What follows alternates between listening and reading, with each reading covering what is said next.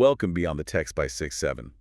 We are looking at a practice today that sits right on the border of a parlor game and a genuine psychic phenomenon. It isn't just about drinking a beverage. No, not at all. It's about, and this is a quote, unwinding the cotton reel of time. We're talking about a guide that claims your subconscious mind can actually manipulate tea dust to predict coal strikes, the death of kings, and even your romantic rivals. It's incredible, really. It's a manual on how to turn a simple breakfast ritual into a window into the future. And it takes the absolute debris of daily life, I mean the sludge at the bottom of a cup, and tries to elevate it into a map of destiny. It's quite an ambition. A huge ambition, exactly. So today we are diving into Telling Fortunes by Tea Leaves, How to Read Your Fate in a Teacup by Cicely Kent. Now, this book is from the early 20th century, and the first thing that really struck me was the tone. Oh, absolutely. This isn't a joke to her. She's not writing this for people to, giggle at during a slumber party. She treats this as a serious investigation. A scientific one, almost. Yes. Into psychic phenomena and clairvoyance. Her mission, it seems, is to prove that this isn't magic. It's a projection of what she calls the subconscious self. And that distinction is just vital to her entire argument. You have to remember she's writing in an era where spiritualism is absolutely massive, but modern psychology is also taking off. Freud, Jung, that whole world is emerging. So she's trying to bridge that gap. She is. She wants to show that the methodology behind what many people see as just a superstition actually has an internal logic that, well, that holds up, provided you accept her premises about how the mind works. Okay, so let's get into that. Let's unpack that logic. Yeah. Section 1 is all about the theory. And honestly, it's mostly psychology, or at least her version of it. It is. Kent starts off very, very defensively, doesn't she? She does. She knows people are going to laugh. She explicitly says that people jeer at the teacup. It's seen as kitchen magic, something for the uneducated or the gullible. Right. But she immediately argues that the medium doesn't matter. Exactly. That's her first big point. She says, look, you can use a crystal ball, you can use tarot cards, you can scry into a pool of ink, or you can use tea leaves. The object itself isn't magic. The tea leaves don't have special powers. They're just a focal point. Just a tool to engage what she calls clear sight. Clear sight. That's a very specific term she uses. What does she mean by that? It's essentially clairvoyance, but she frames it as a natural faculty of the human mind that most of us have just forgotten how to use. She argues that the subconscious mind, with a capital S and a capital M, is the engine driving the whole thing. Okay, and this is where it gets really interesting for me, because I always thought tea leaf reading was just, well, looking at random shapes and making stuff up. Yeah. Like seeing a cloud that looks like a bunny. Pareidolia, yes. Exactly.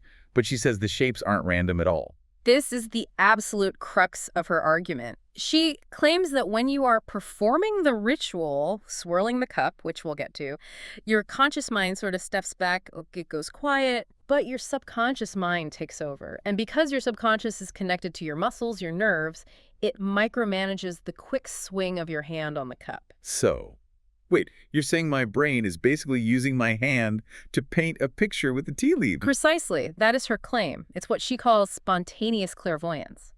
The subconscious mind, which she believes is not bound by time, knows the future, and it manipulates your hand to arrange the leaves into symbols that your conscious mind can then look at and interpret. It's like a communication loop. A loop between the deep self and the surface self, using tea leaves as the alphabet. But wait, back up a second.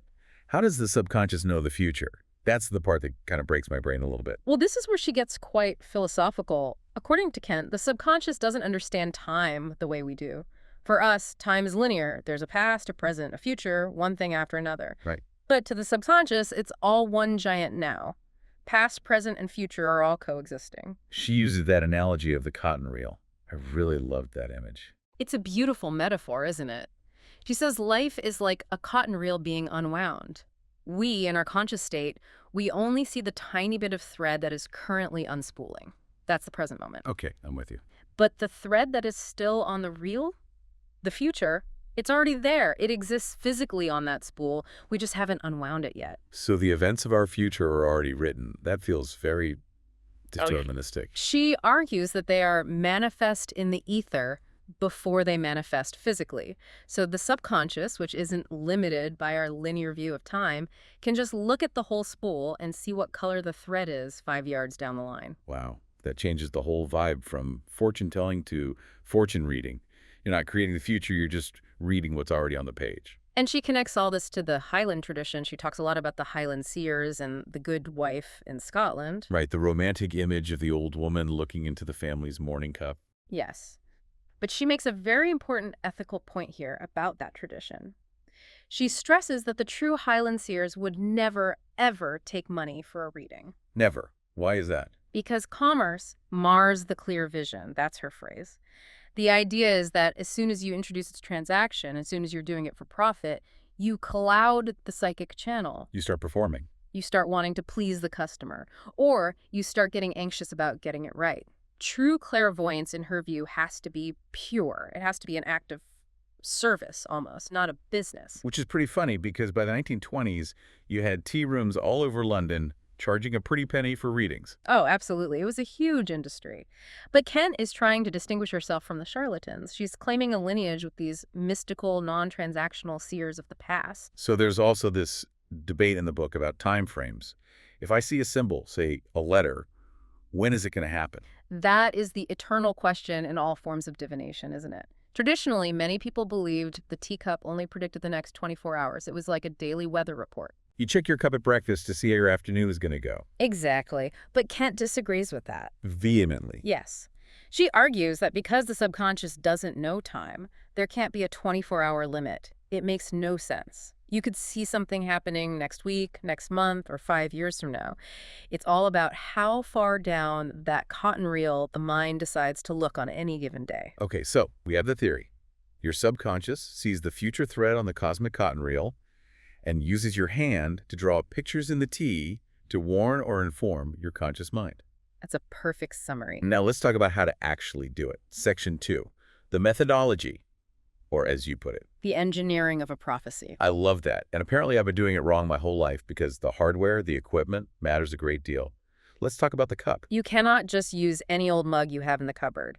Kent is extremely specific. The cup must be wide and shallow. So like a classic teacup, not a tall cylindrical coffee mug. Correct. If it's deep and narrow, the light can't get in properly and all the leaves just pile up at the bottom. You need a wide canvas to work with. And she explicitly forbids fluted or ribbed cups. She calls them objectionable. I love that word. She does, because the ridges distort the symbols. Think about it. If a leaf falls on a ridge, it breaks the shape in half. You need a smooth, plain surface. And critically, it absolutely must be white on the inside. Contrast, right, to see the dark leaves. Yes. You are trying to do complex pattern recognition with dark brown flakes of organic matter. If you have a dark blue cup or, a fancy floral pattern on the inside, you're just sabotaging your own clear sight. Okay, now the tea itself. This part made me laugh because today we're also used to people being snobs about whole leaf tea. But she says high quality tea is actually bad for this. It is. It's counterintuitive. If the leaves are too big, like a high-end loose leaf oolong, they just form big, clumsy blobs. You can't make detailed pictures with giant leaves. So no fancy stuff. But she also says the really cheap dusty tea is bad because it just makes mud. It's too fine. There's no definition. But we need the Goldilocks tea. Not too big, not too small. We need high-definition tea leaves, as you put it earlier, broken enough to form intricate lines and dots and shapes, but substantial enough that they don't just turn into a brown sludge at the bottom. Okay, so I've got my wide, white, non-objectionable cup. I've got my medium-grade tea. I drink it. I leave a little bit of liquid at the bottom. She says about a teaspoon's worth. Now comes the ritual itself. The algorithm? Right. The consultant, that's me, the person asking the question, takes the cup. And I have to use my left hand. Always the left hand. This is non-negotiable. Why, though? Does she explain why? She doesn't go into the deep metaphysics of it in this book, but it's a constant in almost all Western occult traditions. The left hand is seen as the hand of intuition, the heart side, the passive receptor. And the right is the doing hand. The right hand is the active, logical, conscious hand that writes and builds. The left hand is the feeling, subconscious hand. So you're receiving the information with your intuitive hand. Okay. Left hand. Then comes the swing. The quick swing. You have to turn the cup 3 times, moving from left to right. And this is a physical skill you have to practice. How so? You have to swing it hard enough to distribute the leaves all the way up to the rim, but not so hard that you fling tea all over your kitchen table. It's a controlled motion. It's basically a centrifuge. That's a perfect way to describe it. You are creating a centrifugal force to plaster the wet leaves against the walls of the cup.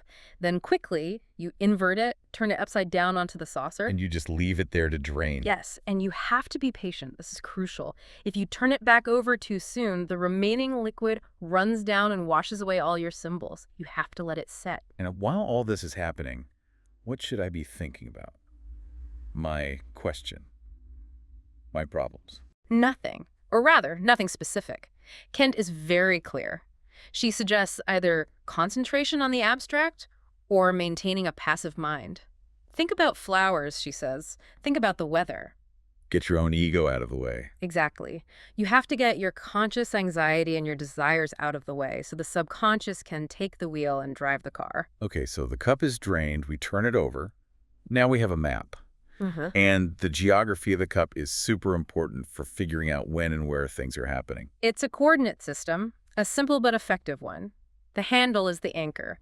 The handle always represents you, the consultant, and your home. So everything is measured by its distance from the handle. Correct. If a symbol is right next to the handle, it's happening in your house or to your immediate family. If it's on the complete opposite side of the cup, it's happening away or even abroad. That's the spatial axis. And then there's the vertical axis. Which is time. The rim of the cup, the very top edge where you drink from, that's the immediate present. Things happening today, tomorrow, this week. It's the now. The now. And as you go down the sides of the cup toward the bottom, you are moving further into the future. Weeks, then months. And the very bottom of the cup. The distant future. That is the far distant future. Years from now. So if I see a symbol, let's say a bird, and it's at the very bottom on the side opposite the handle. That would be interpreted as news from a distant land, arriving many years from now. And she even mentions the saucer. I always thought the saucer was just for catching drips, but she says it's a backup system. Yes, she calls it the secondary check. Sometimes the cup is just a mess. She calls it confused. Maybe the subconscious didn't do a good job, or the tea was wrong. In that case, you can look at the leaves that fell into the saucer. And it has its own geography. A simpler one. The center of the saucer's home. The rim is the misty future. It's like a fail-safe if the main reading doesn't work. So we have the map, we have the coordinate system. Now we need to learn to read the language. This brings us to section 3. The alphabet of leaves. I mean, this book is basically a dictionary of symbols. It is, and Ken is very, very rigorous about this. She insists that you must learn the language. You can't just intuit on the fly. You can't just make it up. You have to know that a cat means something specific, and it always means that. She calls it the rule of consistency. Right, and she's very stern about it. You cannot change the meaning just because you want to be nice to the person you're reading for. If the symbols are bad, they are bad. You must be honest, even if you're tactful. Okay, let's trade some examples because some of these are absolutely wild. We have to start with the animals. The animal symbolism is fascinating. It tells you so much about the era. Okay, cats. Yeah. I'm a cat person. I have 2 cats. I felt personally attacked by this entire section. I know. I think a lot of our listeners will feel the same. In the 1920s, in the world of divination, cats were apparently universally bad. A cat in your cup represents treachery, meanness, and quarrels. It's the treachery that gets me. Not just bad luck. Like the cat is actively plotting against you. I think it goes back to that old idea of cats being sneaky or self-interested, not loyal like a dog. It's a very old prejudice. Okay, what about a kangaroo? That seems so random to me. How often do you see a kangaroo in a teacup in London? Apparently often enough to have a meaning. A kangaroo represents a rival. Is it because they box? Like a rival in a fight? That's the general assumption. Or perhaps because they jump in and take things. It's a very specific kind of antagonism. Then there's the lobster. A pleasant event or a present. I love that. Maybe because lobsters are a fancy celebratory food. Oh, look, a lobster. Someone is about to buy me a nice dinner. I think that's very likely the connection. It symbolizes luxury or a treat. And the monkey. We have to remember the monkey because it comes up again later. Yes, the monkey is crucial. In her dictionary, a monkey means scandal, ugly rumors, or malicious chatter. It's about people talking smack about you. Gossip. So it's not just bad luck. It's specifically social damage, reputational harm. Exactly. It's a very specific kind of trouble. Okay, let's move on to objects, because this is where you really feel the time period. Yes, it's a real snapshot of early 20th century life. Scissors. Friction. Arguments, cutting ties. Specifically, she says friction between friends or lovers. That feels very metaphorical and intuitive. A corkscrew. Vexation by inquisitive people. I just love that phrasing. It's someone trying to pry information out of you, literally unscrewing your secrets. And then one of the darkest ones. The gun or pistol.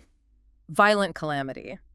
It's a very stark, unambiguous warning. There's no good way to spin that one. But the one that really screams 1920s Britain, to me, is the pickaxe. Ah, yes. The pickaxe. What does that mean to you? I would think, hard work, construction, mining maybe. And that would be logical. But in her system, it specifically means labor trouble and strikes. Not hard work, strikes. You have to remember the context. The 1920s in the UK saw massive labor unrest. The coal strikes, the general strike of 26. This was the thing people were terrified of. It could shut down the entire country. So when they looked in their tea, they didn't see existential dread.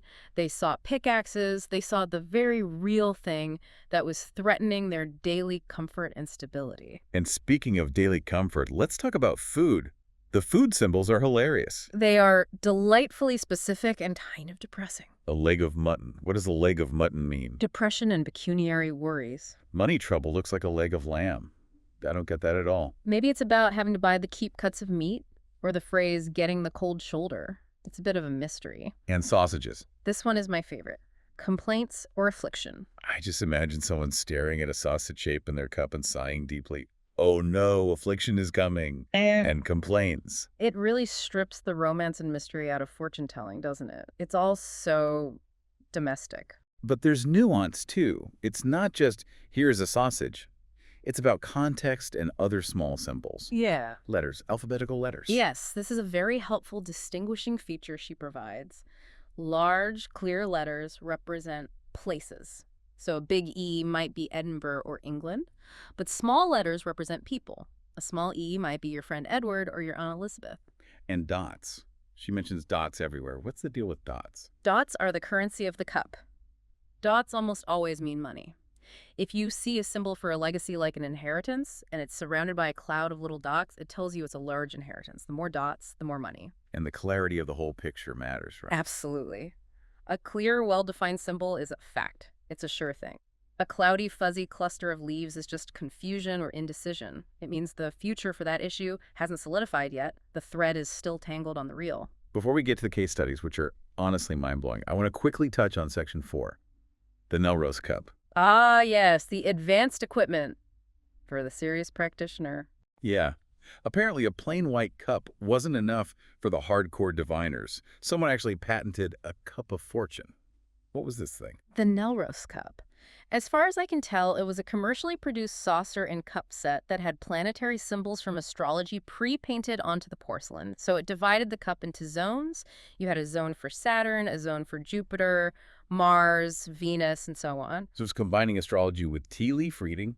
Tassiography meets horoscopy. Exactly. It adds a whole other layer of data to your interpretation. Instead of just saying, okay, this symbol is near the handle, you can say, okay, this leaf fell in the house of Saturn. And Saturn means? Well, in astrology, Saturn is the planet of restriction, gloom, discipline, delays, whereas Jupiter is the planet of expansion, luck, and good fortune.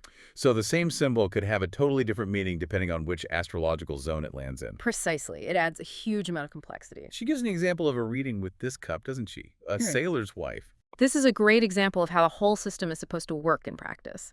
The consultant is a sailor's wife, and she's worried because she hasn't heard from her husband. She turns the cup. The leaves form the shape of a letter, like a rectangular envelope. Okay, so she's getting a letter. Yes, and this letter symbol lands in a watery sign on the cup, let's say Pisces. So the first part of the interpretation is, a letter is coming from across the sea. Makes sense, but there's more to it. Right next to the letter is the shape of an ivy leaf. And in her dictionary of symbols, ivy means patience. So the reading becomes, a letter is coming from your husband at sea, but it is delayed. You must be patient. But because it landed in a good astrological sector of the cup, The news will eventually be good. It will bring news of a promotion. it's like a detective story. You're piecing together all these little clues, the shape, the location, the astrological sign, to build a complete narrative. It creates a syntax. It's not just random symbols shouting at you. It's a sentence with grammar. Okay, so we have the theory, the method, the symbols, even the advanced tech. But the big question is, does it actually work? This brings us to Section 5, the case studies. Cicely Kent includes these stories to prove that this isn't just a game. These are her receipts. And she's very proud of these. She claims these are documented instances where the tea was undeniably, specifically right. The first one is a big one, a major historical event, the coal strike of 1920. This is her proof that the teacup can pick up on public events, not just personal trifles. She claims that for weeks before the strike was officially announced, she and her clients kept seeing the same two symbols over and over. Let me guess. Pickaxes and. Pickaxes for labor trouble and spades for unrest. It's like the collective subconscious of Britain was screaming about the coming strike, and it was showing up in everyone's teacups. That's exactly her argument. But then she saw something even more specific. She saw a railway signal. A tiny semaphore signal made of tea leaves. In the cup. And at first, she says, the signal was set to danger. The arm was down. This, she interpreted, predicted the strike would definitely happen. But then, in a later reading, closer to the resolution, she saw the signal again. This time, it was at all clear. Meaning the strike would end. And that's exactly what happened. She uses this to argue that the tea leaves act like a kind of radio receiver for national anxiety and future events. But the most dramatic story, the one that honestly gave me chills when I read it, is the death of King Alexander of Greece. This is the mic drop. This is the story that, if it's true as she tells it, is incredibly difficult to explain away with just coincidence. So set the scene for us. It's October 1920. Cicely Kent is doing a reading for someone. She looks into the cup and she sees a very disturbing cluster of symbols. What does she see? 3 things right next to each other. First, a vulture. Now, in her system, a vulture appearing in the cup means one very specific thing. The death of a monarch. Not just death, but specifically a royal death. Okay, that's bad enough. And then, right next to it, she sees an eagle. The eagle is a noble bird, and it represents the king himself, the monarch. So, death of the king, and the third symbol. A monkey. A vulture, an eagle, and a monkey. That makes no sense together. It makes no logical sense, and she even notes that the monkey appeared to be dead or lying at the bottom of the cup associated with the other 2 symbols. Now, for our listeners who aren't experts in 1920s Greek history, could you please tell us what happened to King Alexander? King Alexander of Greece died in October 1920. The cause of death was sepsis, which he contracted from a monkey bite. A monkey bite? You're kidding. I am not. He was walking in the royal gardens. His German Shepherd got into a fight with a Barbary macaque, one of the groundskeeper's pet monkeys. The king tried to separate the 2 animals, and the monkey bit him badly on the leg and the stomach. The wounds got infected, and he died a few weeks later. That is unbelievably specific. You could maybe predict a king dying. You know, kings get old or they get assassinated. Yeah. But to predict the cause being a monkey... That's the detail that makes this case study so famous in the occult community. It's the shocking juxtaposition of the vulture, death of a monarch, and the monkey, the cause. Kent argues there's simply no way her conscious mind could have guessed that. It had to be the clear sight of the subconscious. It's really, really hard to argue with that one, unless, of course, she made it up after the fact. Which is what any skeptic would say, and it's a fair point. But she presents it as a contemporaneous prediction made before the news hit the papers in England. There's another case study she presents that tackles the idea of subjectivity, the officer in India story. Right. This is to counter the argument that, oh, looking at tea leaves is just like looking at clouds. You see what you want to see. I see a bunny, you see a truck. The whole pareidolia thing again. Exactly. So Kent tells this story to refute that. She looks into her cup and sees a very complex, very detailed scene. She sees a barricade. She sees an officer, clearly a British officer in uniform holding a revolver, and she sees 2 natives, as she calls them, creeping towards him with knives. It's like a freeze frame from an action movie. It is a very dramatic tableau. Now, to prove she isn't just imagining it, she calls over a man who is a total skeptic. He thinks this is all rubbish. She doesn't tell him what she sees. She just hands him the cup and says, "Look in here. Tell me what you see." And he looks, and he describes the exact same scene. It's an officer defending himself against natives. So she uses that to argue that the image is objectively there in the leaves. It's not just a personal hallucination. Correct. And, as you might guess, it turned out to be a true prediction of a dangerous situation for a relative of the consultant who was serving in the British Army in India at the time. She also mentions, and this one really pushes the boundaries, that sometimes it's not just pictures. Sometimes the tea leaves actually write words. Yes, in what she describes as copperplate writing.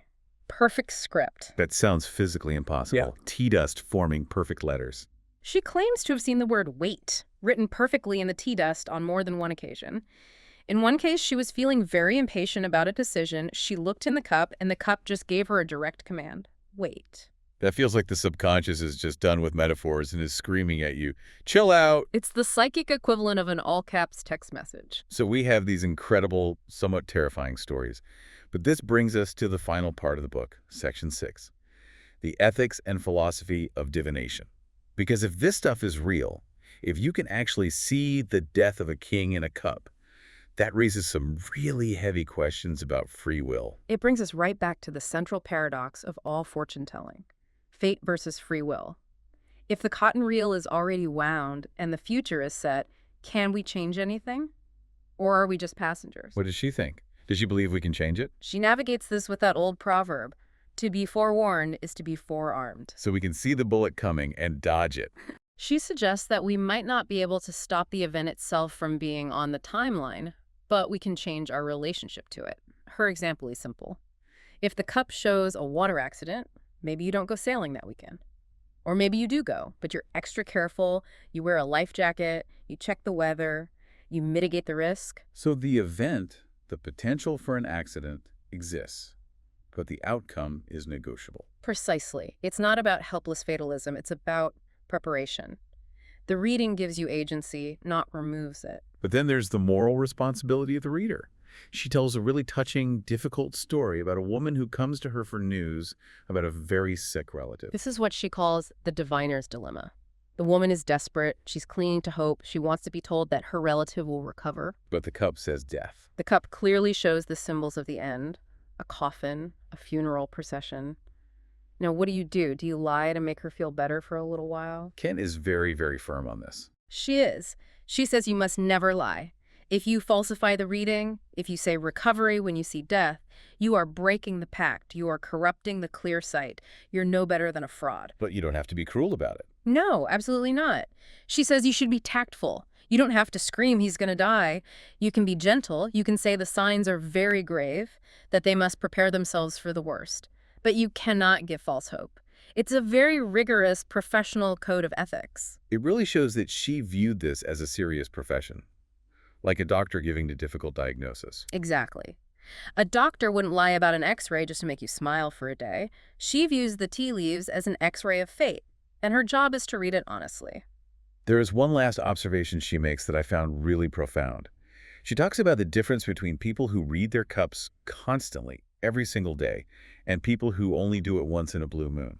Oh, this is a fascinating psychological insight. She notices that the people who are obsessed, the daily readers, they tend to see public events. They are the ones who see the strikes, the wars, the royal deaths. Why would that be? Her theory is that their own personal lives just aren't generating enough destiny to fill a cup every 24 hours. Your life isn't that dramatic on a day-to-day basis. So the subconscious, having nothing personal to report, it tunes into the wider frequency. It starts picking up the world news from the ether. Whereas the person who only reads their cup once a month. Their cup is brimming with personal stuff. Parcels arriving, visitors coming, letters, new love affairs. Because in that month, they've accumulated enough personal thread to make a coherent picture. That is such a cool idea, that if you tune in too often, you just get static from the rest of the world because your own signal is too weak. It implies a kind of conservation of psychic energy or a hierarchy of importance. So we've looked at the tea, the symbols, the cases, the ethics. We're at the outro now. How do we pull all of this together for you, the listener? I think, at the end of the day, whether you believe in the psychic element or not, telling fortunes by tea leaves is a remarkable document of the human mind. It shows our desperate, innate need to find patterns in chaos. We are literally looking at a pile of wet garbage tea dust, and we are seeing kings and monkeys and letters from lovers. It's pattern recognition weaponized against anxiety. You have to look at the context. This book is published just after World War I. The world was completely upside down. The old empires were collapsing. The economy was in turmoil. People felt so small and helpless. And this book gave them a way to feel like there was a plan, that it wasn't all just random chaos. Exactly. If I can see the strike coming in my teacup, I'm not just a helpless victim of history. I'm a witness to it. I have a little bit of control, even if it's just the control of knowing I have a heads up. It transforms the terrifying chaos of the world into a narrative that you can read. And even if you strip away all the magic, her psychological argument still has some merit. The subconscious mind does notice things the conscious mind misses. Maybe you subconsciously noticed your friend looked sick, but you pushed the thought away because it was unpleasant. But when you look in the cup, your subconscious makes you see a nurse. So the tea leaves are just a mirror. A mirror for the things we already know but haven't admitted to ourselves yet. A Rorschach test with caffeine. So here's a final provocative thought to leave you with. Cicely Kent argues that time, as we know it, does not exist to the subconscious. She says our individual past, it makes the road of our future. Yes. So if the subconscious really can see ahead, is it because the future is already written on that cotton reel? Or is it because we are unconsciously writing it ourselves with every single small choice we make? Perhaps the tea leaves aren't showing us what will happen. Yeah. Perhaps they're showing us what we secretly intend to make happen. That is a powerful thought. Are we predicting the future, or are we simply announcing our own deep-seated intentions to ourselves before we act on them? Something to mull over the next time you finish your Earl Grey. Don't be so quick to just rinse out the cup. Take a look. You might be surprised at what you see staring back at you from the dregs. Indeed. Thanks for joining us on this deep dive into the mystic as the mundane. We'll see you next time.